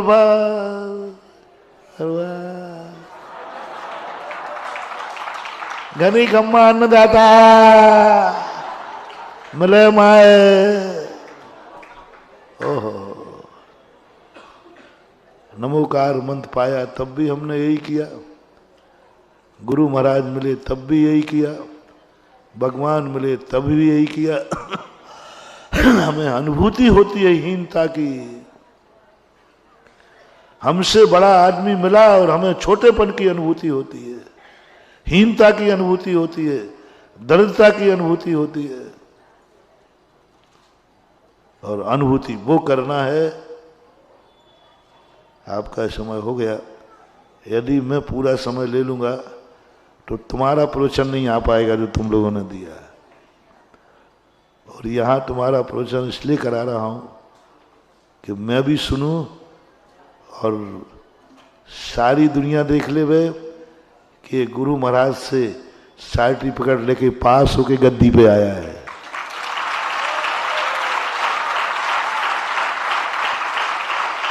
मैं अपने सामने तुम्हें प्रवचन इसलिए कराता हूं जिससे तुम्हारे पास सर्टिफाई काफी रहे कि मैं प्रवचन स्वयं नहीं, मैंने गुरु की सामने परीक्षा दे करके और आया हूं।